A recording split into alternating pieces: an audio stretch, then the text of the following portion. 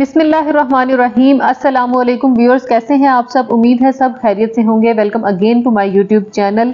Viewers, आज मैं लाई हूँ आपके लिए बहुत ही मज़ेदार और क्रिस्पी पकोड़ों की रेसिपी।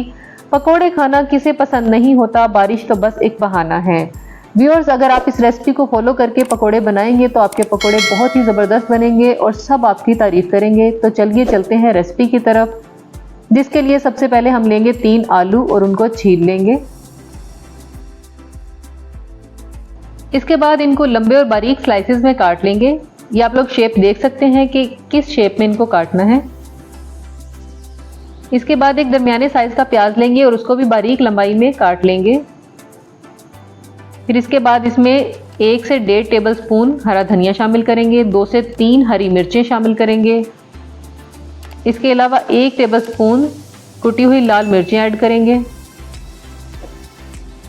हाफ टी स्पून जीरा ऐड करेंगे, हाफ टेबल स्पून नमक ऐड करेंगे। नमक आप अपने टेस्ट के हिसाब से भी कम ज़्यादा कर सकते हैं। इसके अलावा इसमें जाएगा तकरीबन हाफ टेबल स्पून ही कुटा हुआ धनिया। इसके अलावा 1 कप बेसन जाएगा इसमें। बेसन मुझे थोड़ा कम लग रहा था तो मैंने इसमें आधा कप और डाल दिया है, तो टोटल इसमें 1.5 कप बेसन गया है। अब इसमें थोड़ा थोड़ा पानी ऐड करके इसको अच्छे तरीके से मिक्स कर लेंगे। ज़्यादा पानी ऐड नहीं करना क्योंकि आलू भी पानी छोड़ देते हैं। और इसको थोड़ी देर के लिए रख देंगे। फिर इसके बाद एक फ्राइंग पैन में ऑयल गरम करेंगे और इसमें छोटे साइज़ के पकोड़े डालेंगे चम्मच की मदद से। ज़्यादा बड़े पकोड़े नहीं डालने आपने। ये आप लोग साइज़ देख सकते हैं कि ज़्यादा बड़ा साइज़ नहीं रखना। इस वक्त चूल्हे की आंच को आपने लो टू मीडियम रखना है, ज़्यादा तेज़ आंच पर पकोड़े नहीं डालने। थोड़ी देर एक साइड से पकने के बाद इनकी साइड चेंज कर देंगे।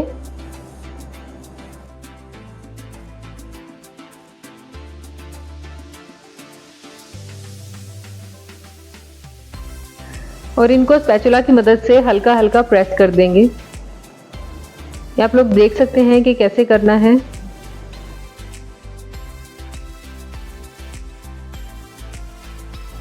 दरमियानी आग पे आप लोगों ने पकोड़ों को फ्राई करना है, ज़्यादा तेज़ आग पे फ्राई नहीं करना क्योंकि फिर पकोड़े ऊपर से जल जाते हैं और अंदर से कच्चे रह जाते हैं। इस तरीके से आप फ्राई करेंगे तो आपके पकोड़े बहुत ही क्रिस्पी और बेहतरीन किस्म के बनकर तैयार होंगे। अब इसके बाद इसकी साइड दोबारा से चेंज कर देंगे और इनको इस साइड से भी थोड़ी देर पकने देंगे।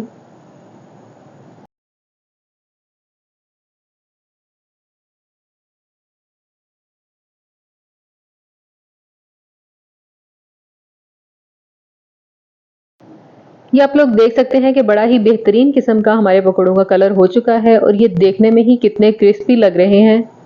अब इस वक्त हम इनको निकाल लेंगे पेपर टॉवल पे और इसी तरीके से बाकी के तमाम पकौड़े भी फ्राई कर लेंगे।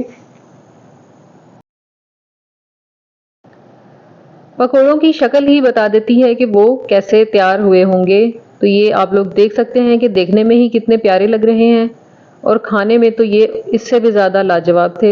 आप लोग बनाइएगा और मुझे फीडबैक दीजिएगा कि आपके पकोड़े कैसे बने।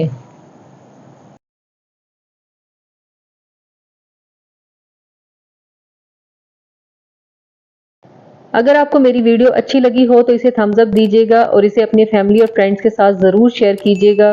और अगर आपने मेरे चैनल को अभी तक सब्सक्राइब नहीं किया तो इसे सब्सक्राइब कर दीजिए।